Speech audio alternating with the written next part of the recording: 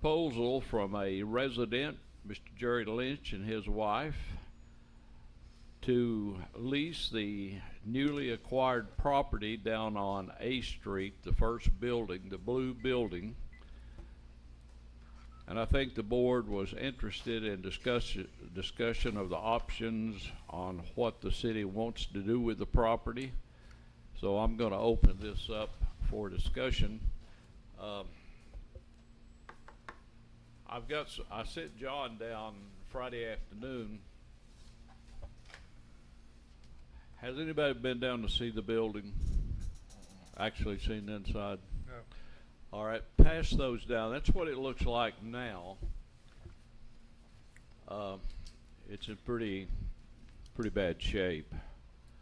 And Jerry is a master brewer.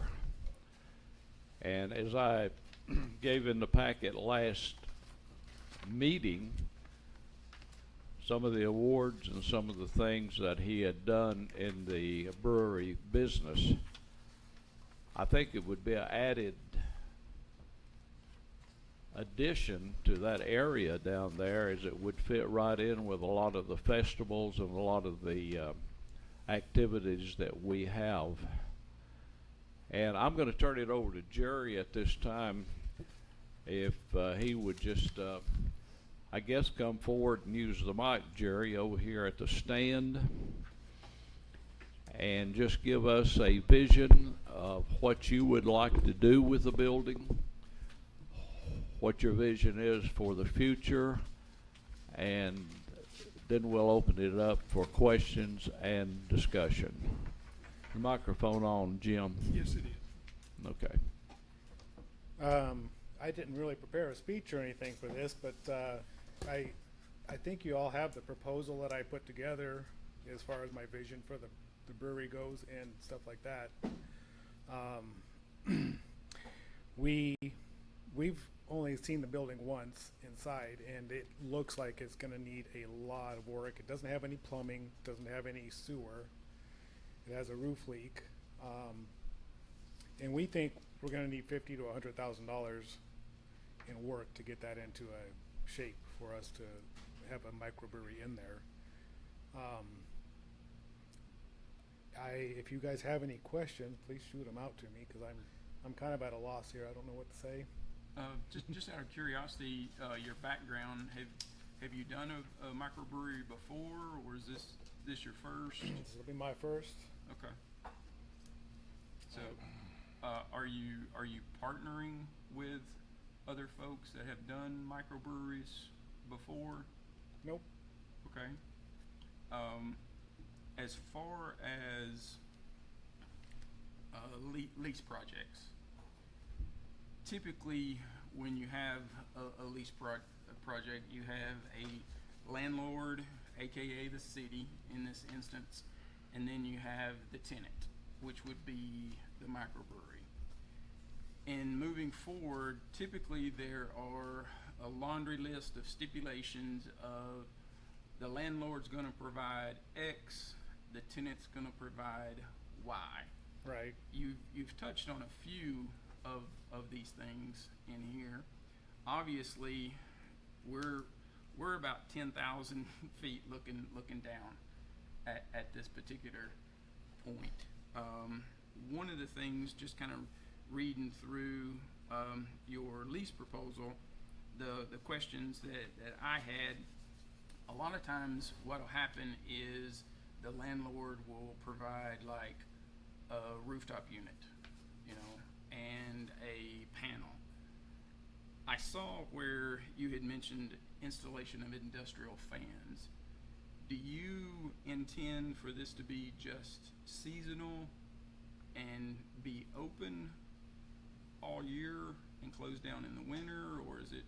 We expect to be open all year long. Okay, so there would in fact be rooftop units or mechanical units, HVAC, that's going to provide heating and cooling. Right. As well. There is heating in the unit now. There is no cooling. Okay, but I guess that's my question. Like I say, it's a nuts and bolts question, but I didn't see it listed. Mm-hmm. Would you be anticipating the city, aka the landlord, to provide that mechanical unit for heating and cooling and ventilation. No.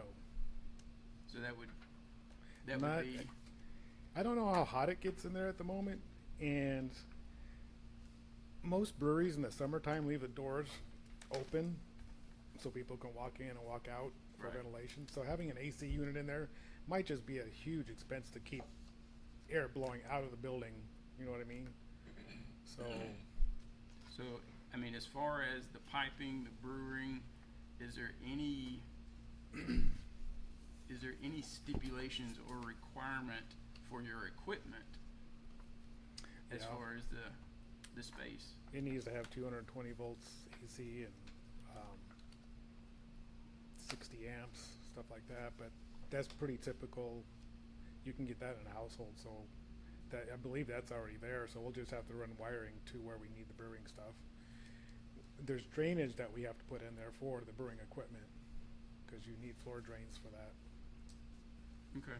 So So it sounds like from your initial plans, you're wanting to use the existing power that's there, which is you yeah, said is just a 200 amp. I believe so. We didn't, like I said, we only looked at it and it was dark. Gotcha. We've only seen it once, so we will need to get in there and take a good look at it to get a firm estimate of what we need to do. Okay. I'm just trying to get a feel for if the city was to move forward with a lease option, what would be that laundry list that you as a tenant would be asking for and the city as a landlord would need to provide?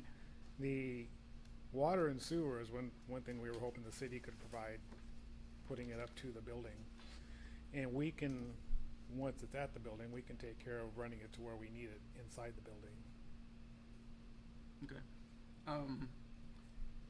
Once again, back to if you're running full capacity all year round, there's going to be energy code requirements that'll need to be met. Insulation of the building, will you be doing that?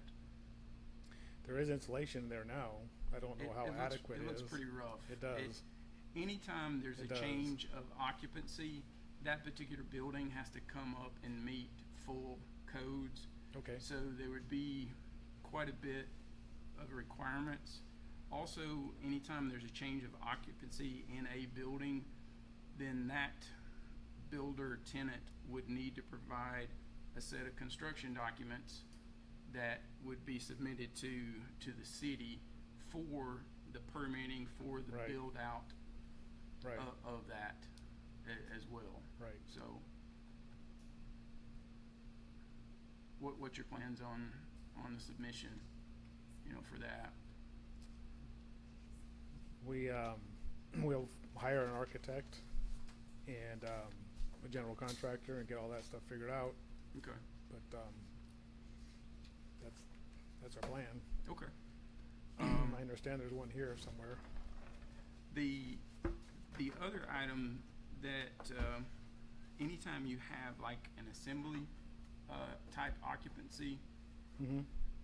and you have cover like that, you may be looking at having to sprinkle the building as well. Is that Fire something system? is that something you had kind of accounted for? No. Okay.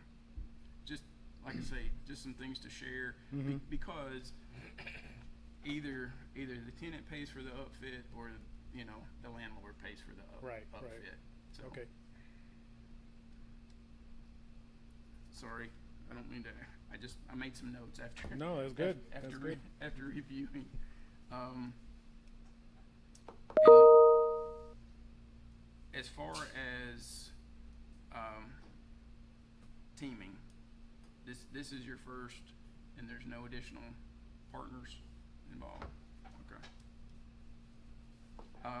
One other question, probably two, but I noticed inside the lease proposal, you spoke to Monkey Town up there, and it was like $300 a year. Do you know, as far as their like insurance and liability, what kind of agreements they have with the city of Loudon? Because one of the things that I would fear is if we own the building, obviously you own the tenant space, who is ultimately liable for anything happening down there? Are they going to come back? More than likely, they'll come back on the biggest purse, which would be the city, as far as a liability.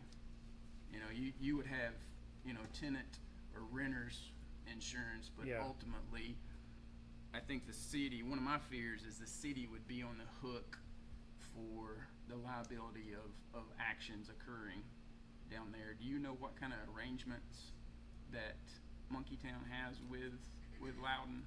I don't know, other than I know that they have their basic brewery insurance that they've had to, we would all have to have, so. Gotcha. But I don't know if they have a specific agreement with them, but I can ask them.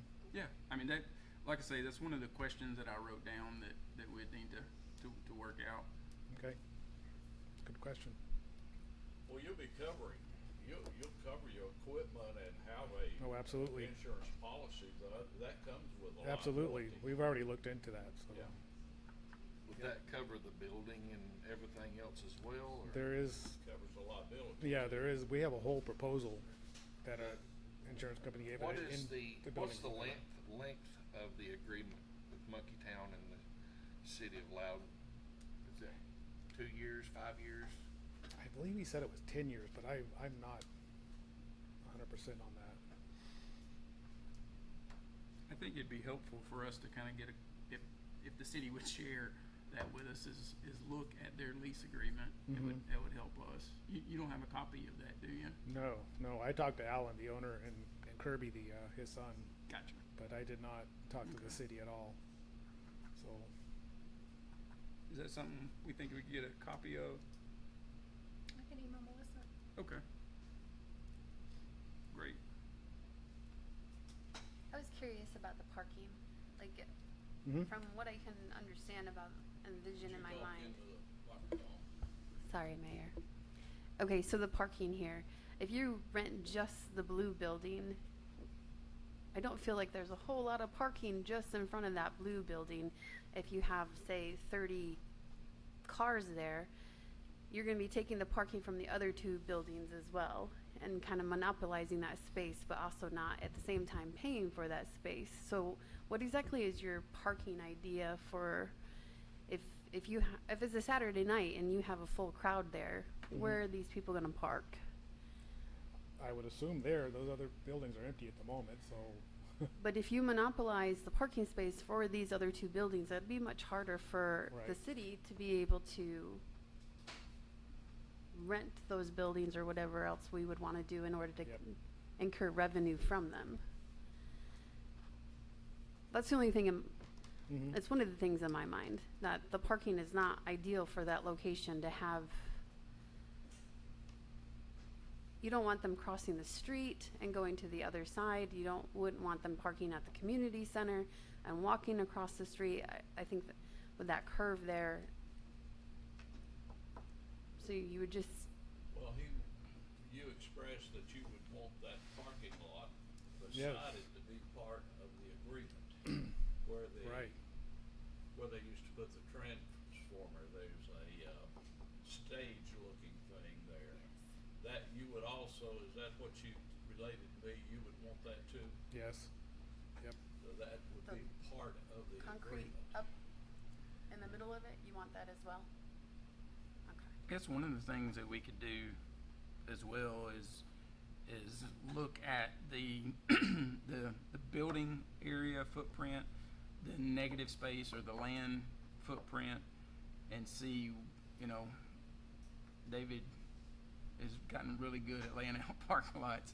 We could look and see, you know, how many spaces that would accommodate, and then John and I could get together as far as a lease concept or procedure and say, if these buildings had X, they would require parking for Y and see how that could be subdivided. But that is, Okay. that is a question as well, because Right.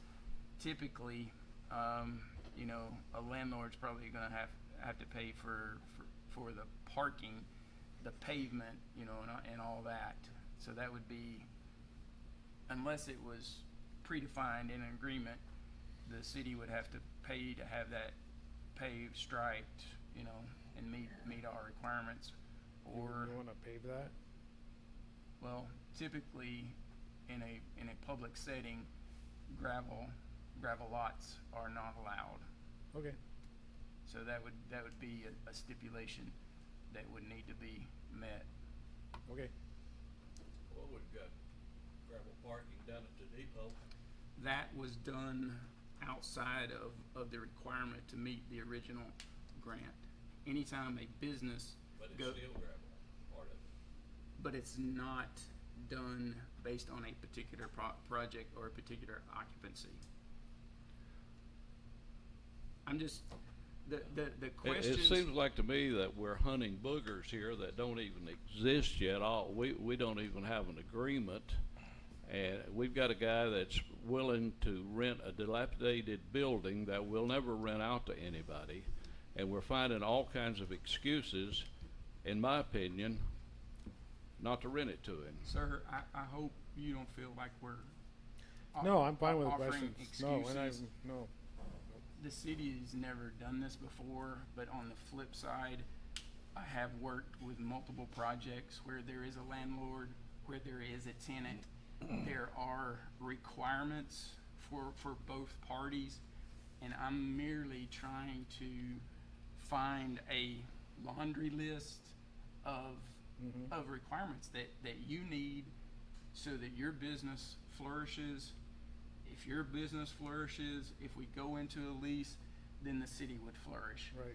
But before we go into any kind of agreement, I just personally sitting in this seat, sitting at this desk, I'm gonna ask every question I can think of to get to the answer and the requirement so that we meet an agreeable option if we choose to go forward. I don't Sam, want, I appreciate the questions. I really do. Don't. I don't want you, I don't want the city to go into anything blindly. And a lot of times I'll ask the question Yep. that sometimes I may know the answer to, I don't know the answer to, but by God, I'm gonna put that card and that question on the table so we can discuss it. And I hope that I have not offended you by no means by asking these Not at all. length of questions. Not at all. Thank you. Any more questions? So, I guess what we will do from here is, where we go from here, Sam, you got it, you seem like you've got the answers, so I don't have the what do we do answers. from I'm- here? What do you want done? Well, is the recorder gonna see if we can get a copy of what Loudon has done with, that one up there? Are you gonna get that for us? Okay. I think since the proposal is mainly wanting to mock what they have done at the place in Loudon, we need to see that before we could even begin to discuss what we wanna do with that property there. Okay, That's just my opinion. I want to be clear. It's not a no. It's just I don't know yet. Yeah. And I appreciate you coming tonight to try and answer those. Absolutely. And I by no means did we mean to blindside you. It's just there's a lot to figure out. Right. So I get that. and with that being said, is there a timeline that you're trying to meet? Like open by August? No, unfortunately, the first thing that we have to do is get a signed lease, and once we get a signed lease, we have to send that to the federal government to get our brewer's license. Gotcha. And that process takes 4 to 6 months. So, Gotcha. in the meantime, once we got a lease signed and everything, we would start construction and getting that going as well. So, and part of our proposal to the federal government for the brewery license, we have to have our plans already laid out. Gotcha. So we have to get an architect involved or whoever is gonna do that for us. Sure. You know, so it's a process. Okay. I mean, in it, I know I'm asking you a crystal ball question, but in a perfect world, do you have like within the next 6 months get that open by June or July of 2025, 2026? Is there anything like that you've thought of yet as far as hopes? If all the dominoes were lined up and you know, If it all lined up perfectly, we would love to be open by October, but of of this year, but I don't think it's gonna happen that quickly, so. yeah, You know, that would be if the government got their stuff done incredibly fast, if we got our approval from you guys quickly, and that just, I don't know if that's gonna happen that quickly, but we're not, set on a timeline yet. We had a timeline before with our previous, landlord that we were working with, and they didn't wanna wait that long, so, you know, cause the timeline is literally out of our hands. The federal government takes the time that they Sure. take to do their stuff, okay. so. Thank you very much for Mhm. fielding our Hey, questions. Have you got a crew ready to start work? When are you gonna do this yourself, or do you have a crew that you've been working with? I'm in the construction business right now, so I can get a crew together pretty quickly and get moving on it, but I don't have somebody set aside to do it right now, so. Okay. Any more questions? Thank you. How long, you think we'll have that ready by, Monday night? That lease agreement? If I can get that for her, I'll put it in your packets for next week. Okay, thank you, Jerry.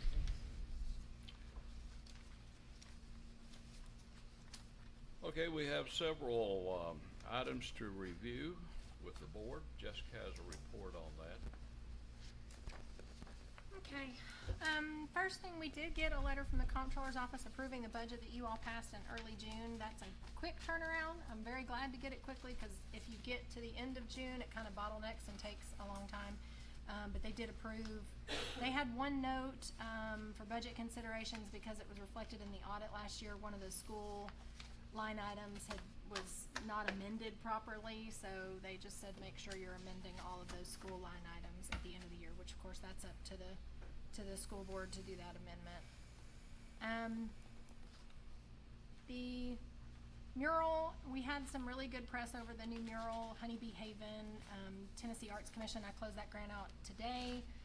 They gave us a really great article in the Advocate. The Buzz is gonna run an article on it, and then our art friends, Kristen, Luna, that have kind of helped us with all of our mural grants, they put this out in their publication and sent it out to TAC. And TAC, when I called them on our closing survey for the grant, they had already read the article. So She Always Do More Art, that organization that we work with on that, they always go above and beyond to try and get us in front of the right people so that we can get those grants again next time. So I just wanted to give a shout out to her. And she sent that press release all over the place, so that was nice. The TAP grant. This is the sidewalk grant that was gonna build a sidewalk from the post office area north on Main Street, ending around where Mays Avenue comes out onto Highway 11. That grant, TDOT awarded that grant to us in 2019. However, because of some turnover at TDOT, we kinda got lost in the mix for a little while. We did not get a contract on that grant from TDOT until last summer. That grant was supposed to be to construction no later than this September. They just gave us approval for our consultant to do the design in March of this year. So there's absolutely no way we can make it to construction in time. So I had a call with TDOT. What they have agreed to do is let us keep the local portion of the grant. Part of this was coming out of our surface transportation block grant money, about 150,000 of it. So we're gonna keep working on that with the design. So we're returning the federal portion of the money and we're reapplying in the next grant cycle. And I specifically asked TDOT, I said, we've never turned grant money back in before. Like, I need to know this is not gonna be held against us. And they said, no. I mean, they recognized that this was beyond our control. So they told us to reapply. They still wanted to see the project happen. It's probably still gonna be on the same timeline we were already working on, but it is a 3-year grant. So we will probably wait to reapply for the funding when the design is done on it, cause that'll probably be at least 6 months, and that will catch us for the next grant cycle. So we're returning the federal portion of that. We still have the local portion of that grant. It is an 80-20 match, so we're paying a 20% match on that $150,000. And then we'll reapply for the actual construction funding in the next TAP cycle. What is the amount of our portion that we're returning? Oh no, it's like $1 million, it's estimated to be $1 million sidewalk. Is that coming out of the general fund or The match was being paid for out of State Street Aid. okay. So that was in State Street Aid's budget. Haley went to marketing college. She won a scholarship from the Rural Tourism Association, which is who had us host the Rural Tourism Conference in 2021. She went to marketing college this month and completed her first year of that. She'll be certified after she attends 3 years in a row. So we're excited to have her on that path. I think it'll help the tourism department a lot. The green space project downtown is, we have a landscape architect working on that. This is a $150,000 grant from the state of Tennessee, a Main Street grant. Only Main Streets can apply for it. And we were awarded $150,000. Part of that is going to historic buildings downtown, and part of it is funding the green space rehab. So Joanna has a copy of the sketch. We're gonna have a better sketch in the next week or two that's actually colorized. Our plan for this is to take that landscape architect design, put it on the outside of the project area, and then cover the project area. So we don't want to start on it until July 5th or so. We've already had the survey done. The landscape architect's just about finished up his initial part of it. We'll put that pretty picture on the outside so everybody can kind of know what's going to happen there and what it's going to look like. And then they'll start construction inside that opaque fencing or something that we'll put up there. So that'll be under construction for probably at least, we would love to have it done before Christmas time so that we can still decorate for Christmas and all that, but that might be a little optimistic. The goal is to get it done before 2025 because that's when we have our 150th celebration. Does that so. include the new fountain? Is that part Okay. of it? The fountain will stay the same. So we've visited historic zoning, we've had lots of comments. We are not changing the fountain, the actual structure in the middle. The cast iron fountain is still gonna be the same cast iron fountain. We're gonna handle it with kit gloves. However, it does not work because everything underneath that fountain is, the infrastructure is not good for it. So we are gonna have to dig up underneath it and figure that out. But this layout adds a lot more plantings. It widens the sidewalk in front of it and adds more trees inside that sidewalk. We're keeping the memorials, the flagpole will stay in the same place. It does shift the park slightly to the left so that we can turn the 4 parking spots in front of, like on the side that faces Hunters, it'll turn those parking spots perpendicular, I guess. So it will fit 8 parking spots in there instead of the 4 that are parallel parking right now, which everybody who tries to pull in there and park knows how hazardous that is. So we're actually gonna gain 4 more parking spots from this, which God knows we need all the parking we can get downtown. The train cars stay where it is. And then they'll probably take out the pool that goes around the fountain. That has been recommended by the landscape architect because he just says that's not how we do fountains anymore. You keep the fountain in the middle. You might do some sprayers that arch up and give it the appearance of a wider, larger fountain, but you don't do a pool around it anymore because really concrete was not meant to hold water like that, and that's part of the problem is that constantly cracks. We're constantly having to repaint it. We're having to repair it. So he's recommending a more flat design, still keeping the original fountain. I can't stress that enough. Any more questions on the green space? You will obviously get a much better picture than this as soon as we get that from the architect. That's what we're looking at now. And then we are gonna get rated again for credit ratings by Moody's this summer. We did Standard & Poor's, we did S&P 2 years ago, I think. It's time to be re-rated by Moody's. They do this annually. I've sent a copy of this to John Warner at Cumberland Securities, who's our underwriting person. And I've also sent it to Eric at the utility board and Jamie so they can look over it. Right now their outlook, it's not public yet. They haven't published it yet. So we have a comment period where we're allowed to reply back and say, hey, this is not factually accurate, or this is actually what our revenues were, or what our economy looked like. But right now they're issuing no outlook and a same rating. So right now we're AA3 with Moody's. Most cities our size are not even rated. They're not debt rated. We really did this for the utility board so that when they borrowed money a couple of projects ago, that they could have a better rating if we were credit rated. So they're not planning on changing it, not upgrading, not downgrading, kind of holding it steady. So far I agree with everything in the paper.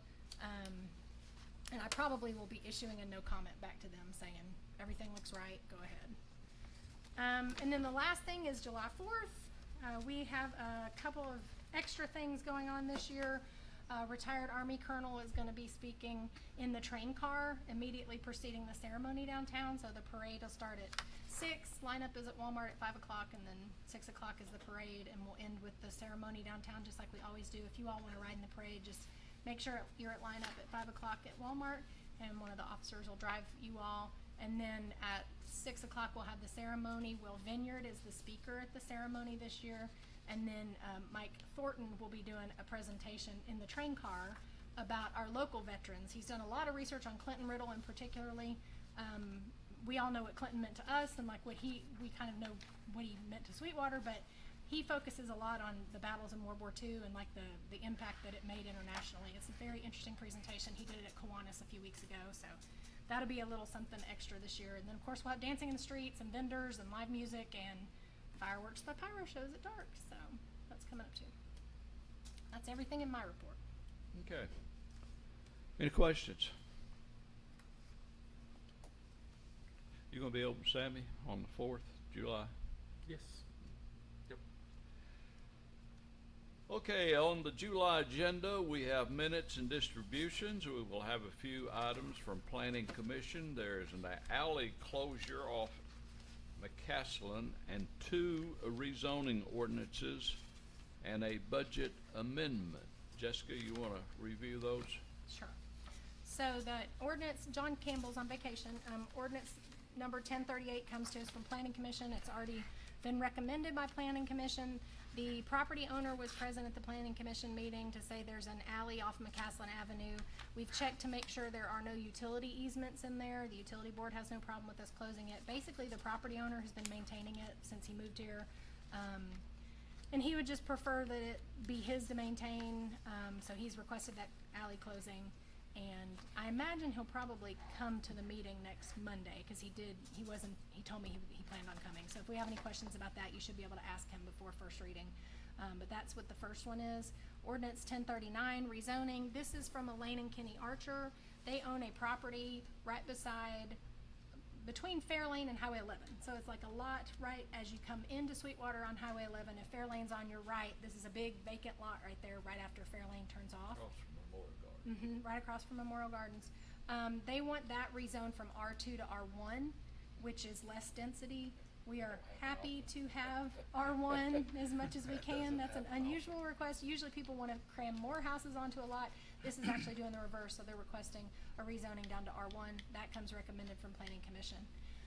Ordinance 1040 is amending the budget for the end of the fiscal year for June 30th. We always like to try and get first reading in July.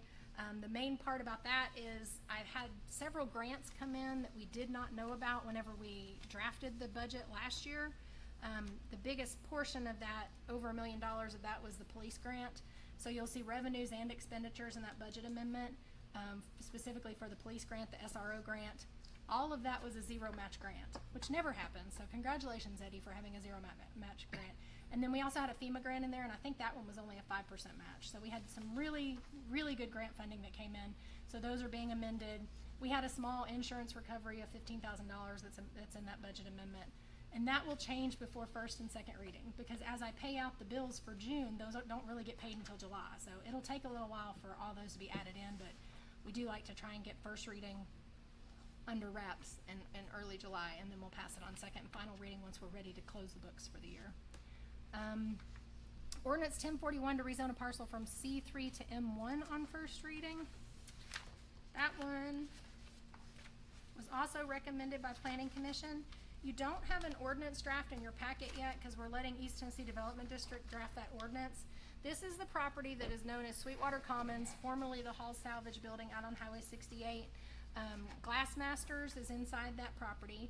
It's about 33 acres. This is behind the Mexi Wing restaurant and the apartment complex there. They would like that rezoned to M1 so that they can do an expansion for Glassmasters.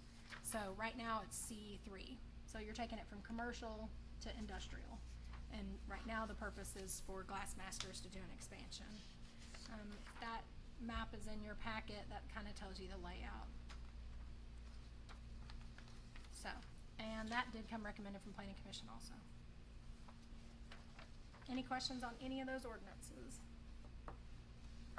All right, thank you, Jessica. Also, our police grant for the SRO officers require we sign a memorandum of understanding with the Board of Education. So we will vote on that. We have several hirings to approve also. Where or what exactly are we talking about here? Understanding, memorandum of understanding with the Board of Education. So this is for the SRO officers. The state's requiring a new memorandum of understanding be signed. It's between the City of Sweetwater and the Board of Education. It goes through lots of provisions. The main thing that we were concerned about is that we wanted to make sure it was the police department hiring these officers, fully certifying and training these officers. They are fully armed, fully post-certified officers in the school system. So their chain of command is through Chief Byram. It's a city employee that we are allowing to be dedicated to use in the city school system. So that was kind of our main concern, but a copy of the MOU's in your packet if you want to read through that.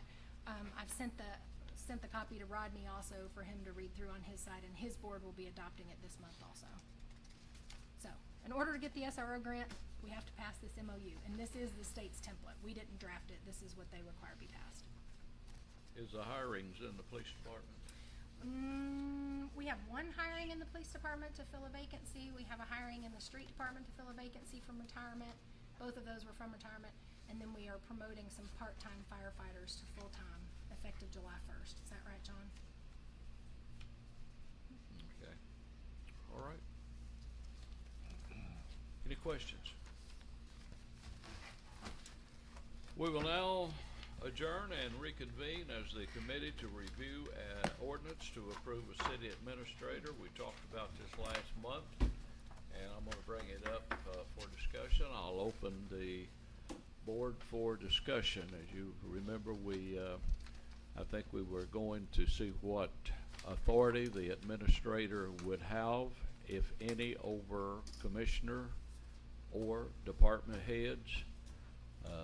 I'm not sure exactly where we stand at. John, have you got any information on that? Well, I thought it already, as it was drafted before, it did not give the city administrator any authority over the department heads. But when I went back after our last meeting, I added language that made it specifically clear that the city administrator does not have authority over the department heads, other than the new department that's administration, Okay. which is basically an office staff. And Jessica, you are willing to keep the city recorder, is that right? You will still be the city recorder as well as the administrator? That's my understanding of the ordinance, and yes, I am. I do think that John put in there that at some point that can be delegated, that responsibility, or that title can be given to someone else. I do have Sonia completing the city recorder certification now, and Julie is completing her CMFO certification. So I imagine there'll be some kind of title change for them once they get their certifications in place also. Is that coming up soon? I think they'll both finish this fall. So, and that also, if I'm ever not here, if I get struck by a bus, we've got people that have the certifications that are required by the state law that say we have to have them. And those certifications come with a $50 a day of fine. $50 a day fine if we don't have someone certified in that. So there's actually a penalty so it's good to have a backup. It's good to have people. So basically, what I'm understanding, and I think, and correct me if I'm wrong, you do a lot of this now all that's gonna be attached, the only change that'll be attached is administrator, city recorder, and administrator to your title. Is that right? That's how I read it. Okay. We'll vote on this Monday night. Any questions? Well, I mean, that's, and maybe I'm reading it too narrowly, but as I read it, that's not what the ordinance says. It says that anywhere there's a reference in our code to the recorder's job, that's now city administrator. Yeah, So we would not have an I was recorder. gonna ask that same Unless we question. designate somebody to be the recorder, which I think at some point we'd have to do because our charter says we have to appoint one. Now, you could be city administrator and recorder and have one person do both. There's 2 or 3 places in Tennessee that do that. But, I mean, the way this is drawn, there's no longer a reference to the recorder. We have a city administrator. And city recorder is required by our charter, if I'm It correct. says that we are to appoint a recorder to basically be our financial officer and secretary to the board. So it cannot be recorder, administrator, sliced together. I think Or it can, but that's not can what this be. says. Can be. This says, Would we have to change the city charter for No. that? No? Okay. So we're okay with that. we can call it whatever we want, but part of it has to be that we have a recorder. I think there just Person that needs, exercises those responsibilities. there just needs to be some rewording in this ordinance to reflect that city recorder is not gonna be completely taken out and replaced with city administrator in the code. So it can still line up with our city charter. One and the same. As far as, yes, as far as having, the recorder as required by the city charter. You got that? I'm not sure exactly The one where that I'm gonna be. the one that I had underlined, it says the city or the recorder of the city of Sweetwater shall henceforth be known and referred to as the city administrator. Every reference to city recorder, it's the 1405 title. I got it. Yeah. Every reference to city recorder in Sweeter Municipal Code shall mean city administrator and include all duties and responsibilities. My first question in reading that is there could be a city administrator and a city recorder. Correct. That's the way I see it too. That's my Well- understanding. That's the way I Yes. see it. It can be Yes. separate. So, but the way I read that is city administrator is taking the place of city recorder as far as title, when I read that. Is that, That's how I read it too. Yeah, yeah. But And it, according to our charter, it can't do that. It can be it can be city Well- administrator and recorder, but the word, to me, the verbiage recorder has to stay there to stay in line with our charter. I'll propose a little bit different language, and we'll email that out to everybody before the meeting. Okay. I'm having a little bit problem with it conceptually, because conceptually I thought I was already doing what you're saying, but I'm understanding that it needs to be worded. I'll probably leave this the same and add a sentence is probably I'll probably do. Everything else that I read, it looks like what we had discussed before and come to terms with. Can I ask a question? to ask a question, does it require the public? Yeah. Okay. So you'll send that out before, do you wanna put that on the agenda to vote on this Monday night? We need to with move. the approval of the wording of the, As a committee, do we need to make a motion here to bring it to the board? I think Pending. I think it'd be appropriate for some member of, for the committee to vote, either to recommend with the change or what, or not recommend to the full board. I mean, Well, don't we need to, constituted here as a committee. And you need to, it'd be good if you reported to something back to the full board, which is you. Right. well, don't we need to see the wording before we vote on it? That's up to the committee. I don't. Well, if I could just a couple more things, John, just so Oh, I sure, understand what great. we're voting on.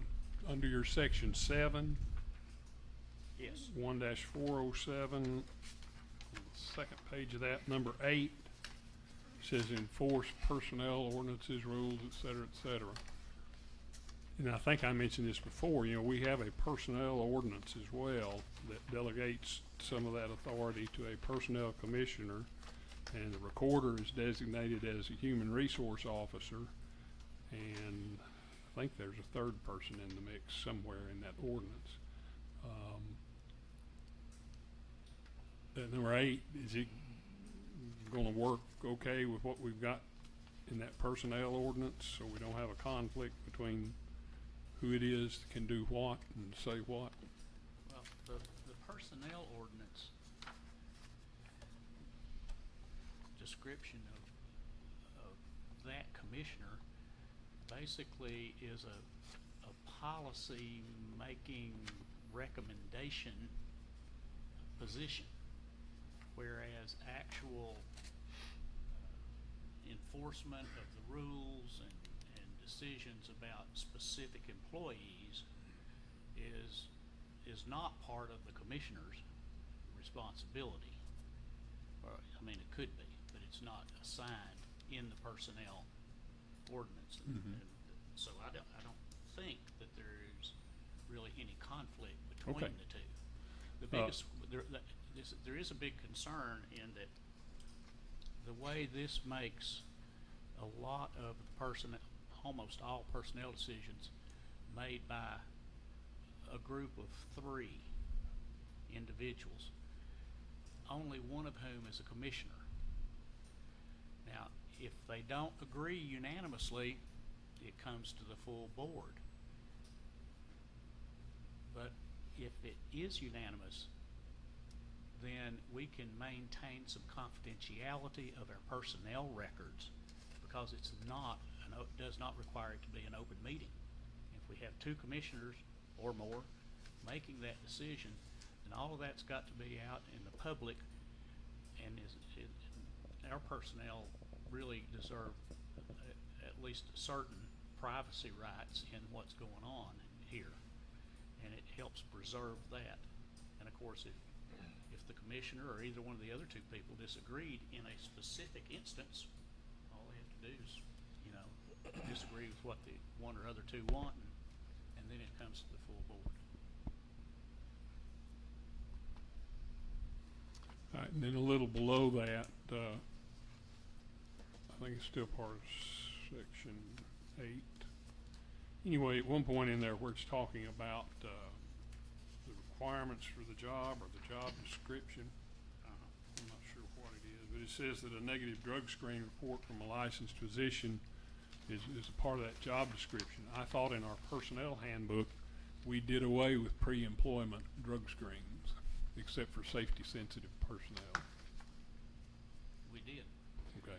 And my opinion about that, I don't know if any of you agree with this or not, but my opinion is that we basically have currently a recorder, and if you pass this, we call a city administrator, a person who is at the top of the executive decisions that get made, and could be called upon at any time to have to do jobs, work with, be out and about in the city, in any situation that any of our employees might be. So at any time, it might be safety sensitive, and we don't know what that might be. And that's it's part of the definition of safety sensitive, is that at any time an unanticipated situation may arise where the city administrator has to be a part of her job. So we've stretched stretched it so far in terms of what we've considered to be safety sensitive, particularly operation of motor vehicles. That there's a lot of those situations could arise in the job description of the city administrator. So I don't think it's inconsistent with what we've done with everything else. As to any particular position, you know, I couldn't predict what a U.S. District Court might say. But I think it's consistent with the rest of it.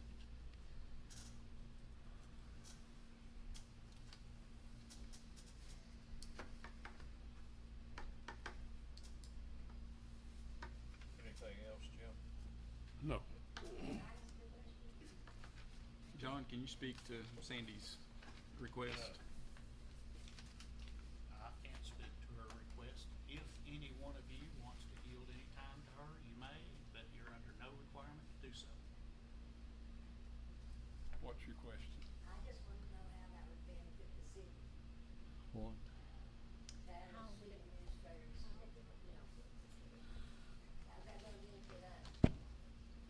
How's that gonna benefit y'all, or if they're gonna be in charge of Well, this stuff? I'll take a stab at it and we'll see if it works. All right. What we've run into, Sandy, is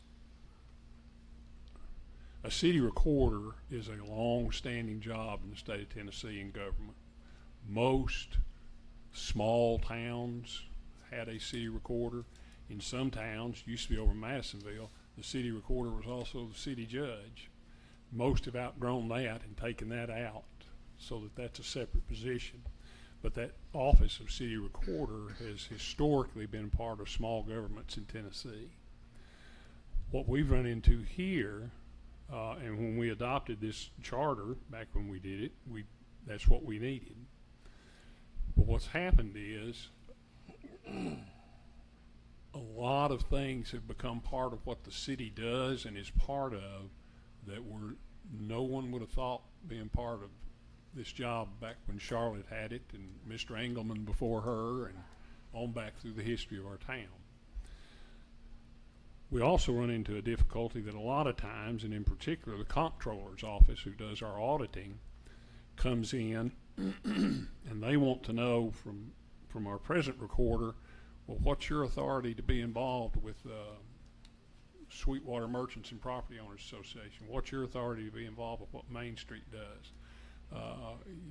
What's your authority to apply for and manage all these grants we get? What's your authority to answer questions from the school superintendent about their input into the city budget or the utility board's input into the city budget? And so what most of this does actually is it just puts into writing a lot of what Ms. Morgan already does anyway, okay? And it's to make it clear then when auditors and outside folks come in and start looking and saying, well, why do you do this and who said you could do that? We have an answer. That this person is still going to be recorder. That's still going to be part of the function of this office. But they also are the person that we as commissioners and the board look to be here on a daily basis and answer phone calls and respond to letters and reply to emails and faxes and see that grant applications get filed and then managed and that sort of thing. It is not, and it would require, and a lot of people had a question about a city manager. That's a whole statutory different form of government in Tennessee. If we wanted to do that, we would have to have another referendum on a new charter and say, well, we want to be like Athens and have a city manager. And that's not, what anybody is intending. Most of what this does is essentially tries to put in place the authority for Jessica now, but whoever is in that position in the future has written authority to do the things we're asking them to do anyway. Does that help any? Yeah. It kind of expands on the recorder's job description, I guess would be a simple way to put it. Who would be who's over The city administrator answers directly to the board. Yeah. So if a commissioner doesn't like something that's got done, they can bring it up at a board meeting. Whenever we have to have a new recorder administrator, you know, the board would be the ones that do the interviewing and hiring and all that stuff. Doesn't change anything in that relationship. Okay. Because we hire the recorder now. You know, the board appoints the recorder. And you're kind of giving it a little bigger name and putting in writing most of what we ask her to do anyway. Does that help any? Some? Okay. Down the road, it'll create problems. I'll assure you of that. Reports from the department head. Eddie. Okay, I'm gonna read a little bit where I get this right. Sometimes I don't always get it right. Thursday and Friday, we're part of, the Seward Police Department's part of the Violent Crimes Task Force. As Jessica talked about, she's the one that, as Commissioner Stetson said, she's the one that filled out the paperwork, assisted me and Commissioner Stetson getting all the paperwork done. We got over $1 million grant, and part of it was for violent crimes. Well, by being part of that grant, we work with Sheriff's Department and other agencies around.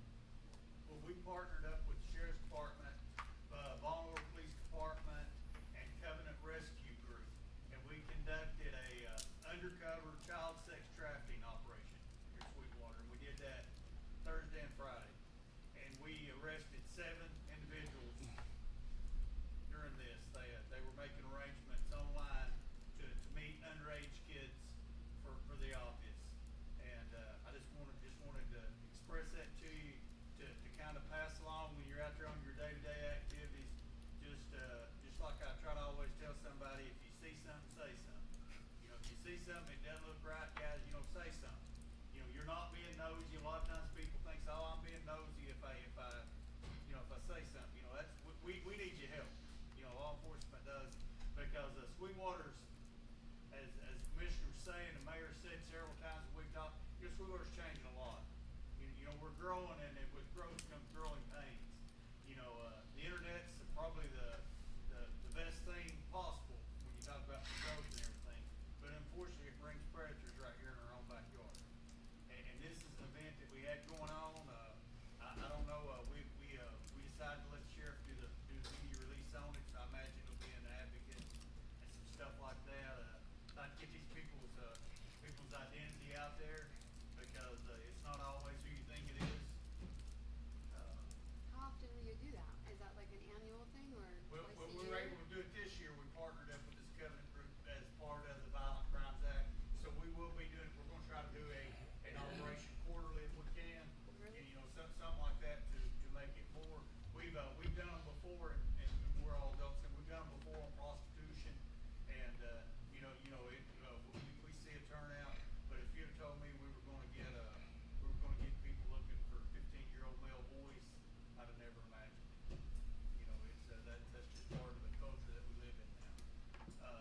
Another way that we're working, Board, is we're working with the fire department, we're working with the street department right now. This is our kind of the slow period in the schools, so these guys help us out in the schools a lot. We do all of our, not all of it, we do a majority of our active shooter, intruder alert, you know, stuff like that in the schools. A lot of times people see that and they think, well, man, that's just the police running there and doing that. That's as far as can be. You know, we want to cross-train all of our departments where you can help us. You know, it may be obviously the fire department's got great paramedics and all these people coming, but you know, it may be getting David to bring us a dump truck of sand, or you know, anything like that to help out in an event like that. So all summer long we'll be at the different schools doing that, and doing crosswalks, and getting ready for the 4th of July. If it's anything like it's been now, it's gonna be a hot one. And then, of course, we've got our National Night Out coming up in August, so you all know how hot that'll be.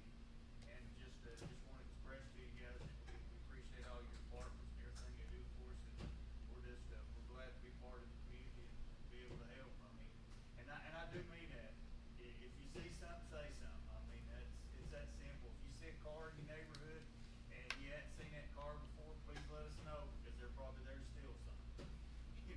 it's not the paper man looking for a place to put out your paper. I don't know. John? My stuff's not near as elaborate as his. We're just trying to get through vacations, get them used up, normal runs and traffic that we normally do. Going to the schools a few times, let the kids down here at the end of, summer schools or beginnings, I don't know what it is, but anyway, they enjoy that.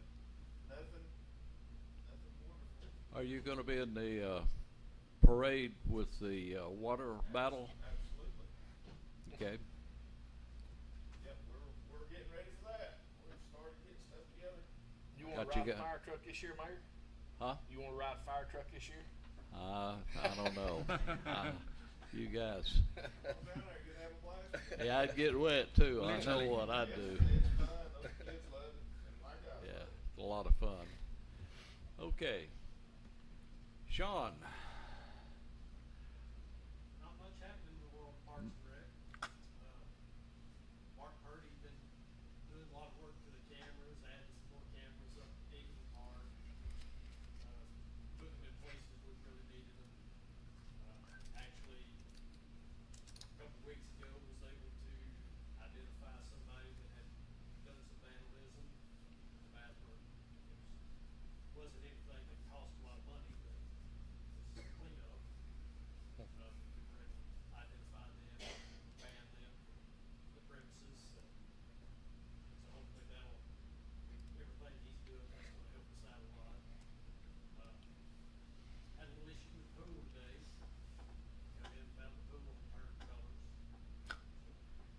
On my vacation day today, I spent 3 hours in the pool trying to get that straightened out. I think we'll have it back open tomorrow. Other than that, not really much of anything. The park up in Ingeman Park's been going full blast, hasn't it, with the crowd up there? Splash pad is nonstop. It is wide open. Yeah. Okay. David? Well, we got the paving crew in here, do some paving for us, we've been patching a lot of potholes, picking up brush, demolition, we got our gates up and going, which has helped a lot already.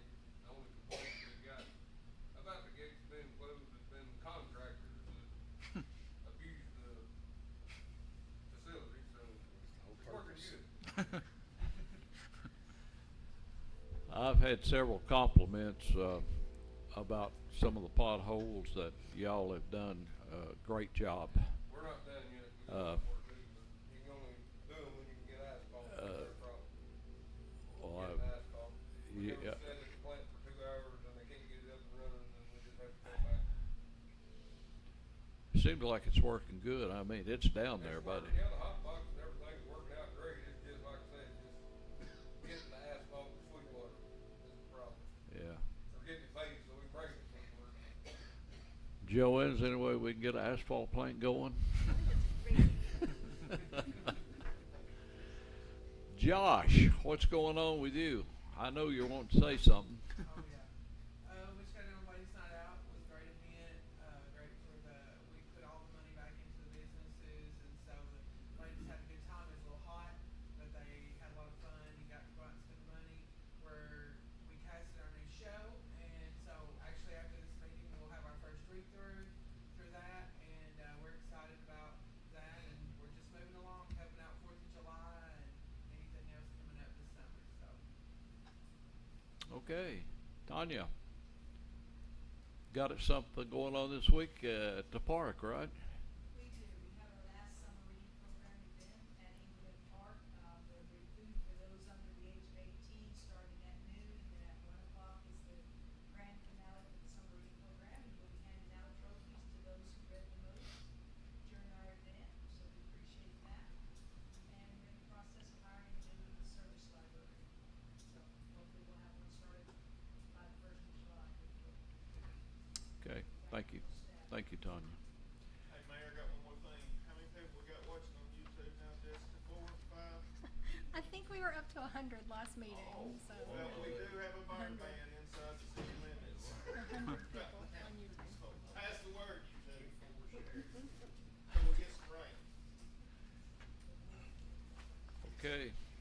I thought thought it was gonna rain last night. They was calling for rain, was you hoping. know, and it, That's bad. if Well, you we- get rain, I get rain.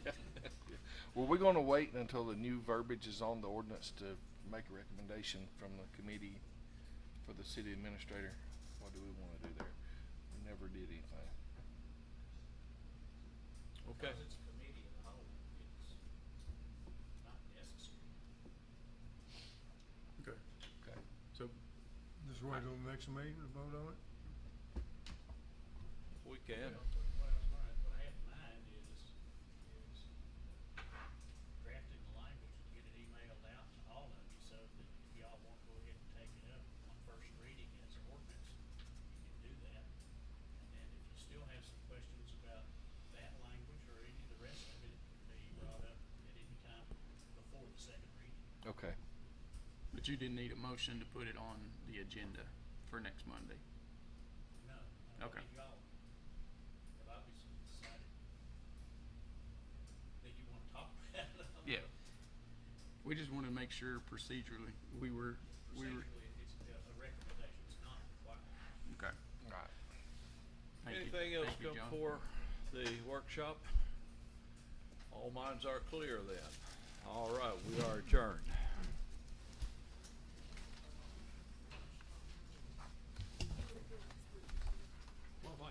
Hey, Jim, I need to see you a minute. Okay.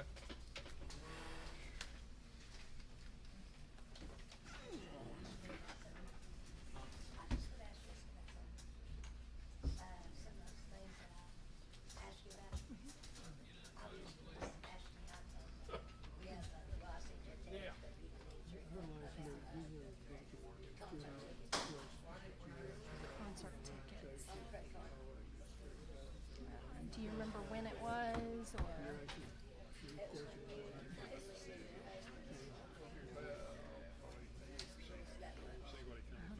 We've never bought concert tickets on the city credit card, so I don't know. I mean, maybe it was a Main Street fundraiser, maybe? I don't know. Maybe a Main Street fundraiser, maybe? Because you know that credit card's for everyone in the city. I've got the records. If you want to come in my office, you can show me which one you're talking about, and I'll tell you. I'll try and find an explanation for it. No, we did not. Yeah, the city did not buy those. Yeah, our husbands bought all of those tickets. The husbands paid, and there are receipts on all of that. You can request copies of those receipts too if you want to. But the city has never flown anybody's spouse anywhere. Yes, sir. Well, if we want to have seats together, they have to be booked together. So How you doing, we buddy? buy them as one, and then the husbands You pay know, for the credit. I need Bailey's car at home again. Problem. Oh, that's good. Well, that's time to get out. They were purchased, but the husbands paid for their seats. The city has never I'm sorry to paid hear that. for spouses to fly, anyone's spouse to fly. Now, if you want, you can request the receipts to show where the husbands paid for those. I don't know what you're talking about. I know I have never attended a concert on the city's dime, ever. So if you want to come look at the records, we can pull them up How'd and you I can catch show them on the you. internet? I'll dig into it. Well, I do this